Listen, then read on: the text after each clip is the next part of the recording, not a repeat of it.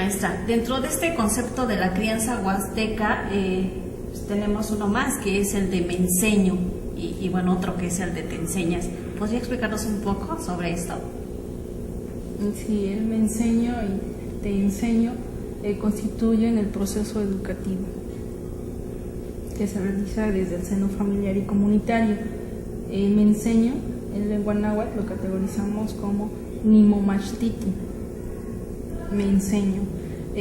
Ese proceso se refiere a la apropiación de aquello que nos provoca curiosidad, gusto o la satisfacción de una necesidad. En las comunidades no encontramos el concepto de aprendo, sino más bien en las actividades que se realizan en la casa, en la cocina, cerca del fogón, en el patio, es este proceso del me enseño. Yo me enseño a mí mismo. Si le preguntamos a una madre de familia cómo enseñó a su hija a echar tortillas, seguramente nos va a contestar, ella solita se enseñó, ella fue viendo. Entonces este proceso me enseño se refiere a la apropiación del saber, del totlanamiquilis, es nuestra sabiduría, y se puede concretar en algunos verbos como el tlaitalisli, que se refiere a la observación, es la observación que me permite construir conocimientos a partir de la mirada, o también la concreción de una acción a partir de esta mirada. Es una metodología dentro de este me enseño. Otra metodología es el tlacaquía, que se refiere a la escucha. Aprendemos por medio de los sentidos. La escucha forma parte de estas actividades de la comunidad para apropiarse de las prácticas o de las concepciones que rigen los principios para una buena vida y salud. Por otro lado, el te enseño se refiere a este proceso en el que cada vez que alguien se enseña a sí mismo, también hay otro que le enseña, que le ayuda a construir el saber o a transmitir el saber. El te enseño se conceptualiza como nimitz machtiti, yo te enseño a ti. Y dentro de las metodologías del nimitz machtiti encontramos el tlapoa, que significa contar. Pueden ser contar cuentos, contar historias, y también se refiere a la numeración. La particularidad que tiene esta metodología del tlapoa es que en la medida que el otro me pregunta, le respondo, y a partir de ahí se genera un diálogo, ¿no? Entonces el contar también propicia la conversación o el tlapoa. Y otra de las metodologías es el tlanahuitilisli, que se refiere a los mandados. Los niños y las niñas realizan mandados en la familia para satisfacer las necesidades del hogar o de la comunidad. Estos dos procesos se dan para conformar el sistema educativo propio. Maestra, ¿por qué el proceso educativo huasteco se dice que es colectivo y personal?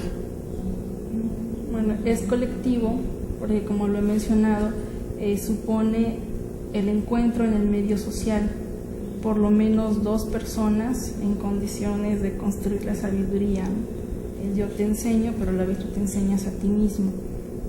Y es personal porque el sujeto, en tanto individuo que aprende, asimila los conocimientos, las habilidades, las actitudes, los valores y también los sentimientos.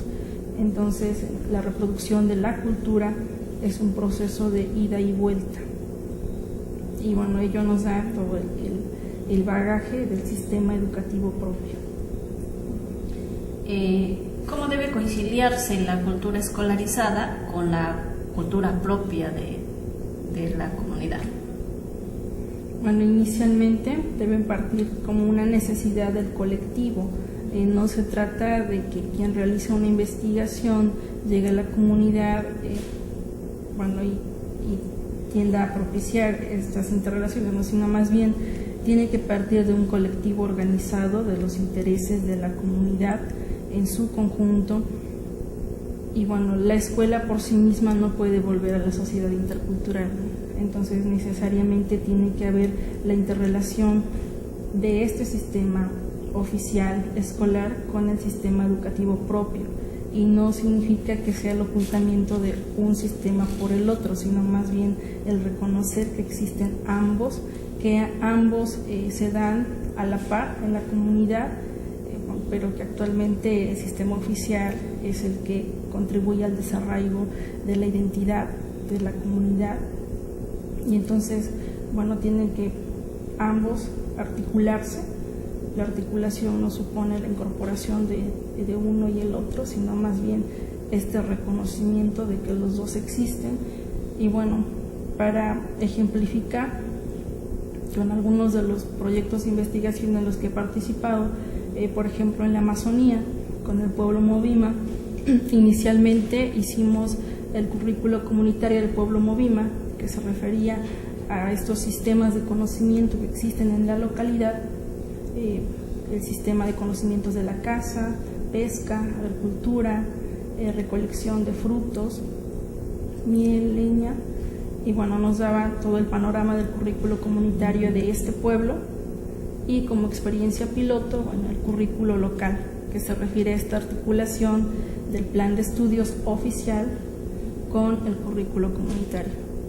Actualmente en Tepetzintla, en la zona huasteca donde estoy trabajando, y sobre la línea de desarrollo humano y aprendizaje, estamos también en estos procedimientos del cómo hacer para articular este sistema educativo propio que ya nos viene dado por la lengua originaria, en este caso el náhuatl, y el sistema escolar, particularmente en la educación primaria.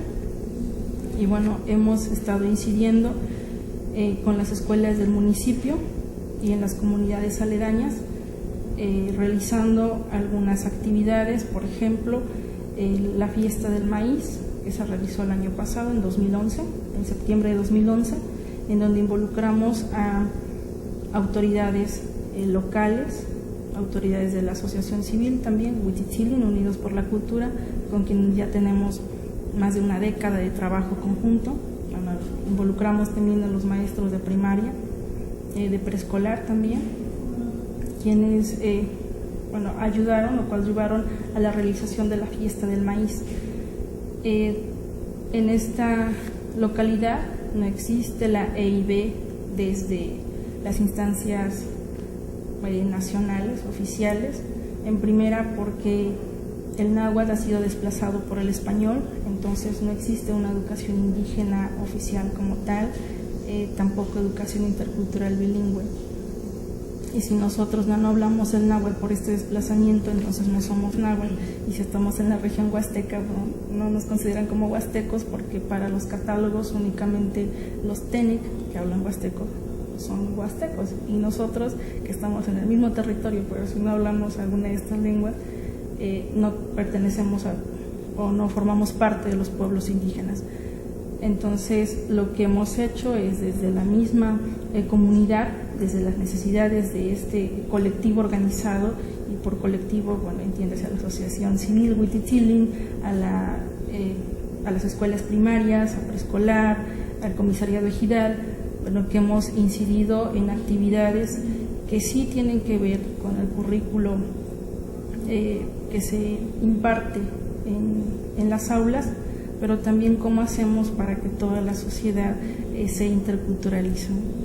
Y ahí tenemos, bueno, está la fiesta del maíz, en este mes de julio tenemos la fiesta del huapango, cumpliremos 12 años, actualmente ya son más de una decena de tríos de niños huapangueritos, entonces ha habido toda una reapropiación de este patrimonio cultural de la Huasteca, que sí ha tenido cabida en la institución oficial o en las instituciones oficiales, principalmente en primaria, y bueno, que ha sido también por parte del interés de la sociedad en su conjunto.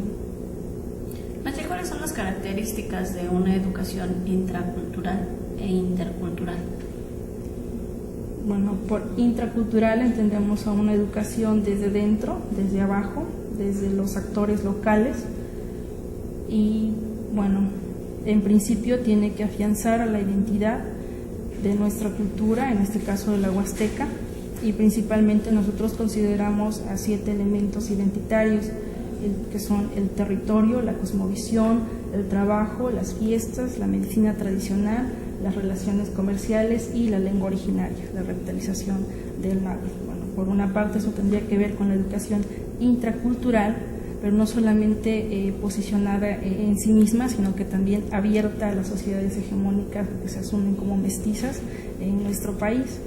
Y bueno, yo nos daría a una educación intercultural con miras al afianzamiento identitario, pero también buscando equidad con estas sociedades hegemónicas.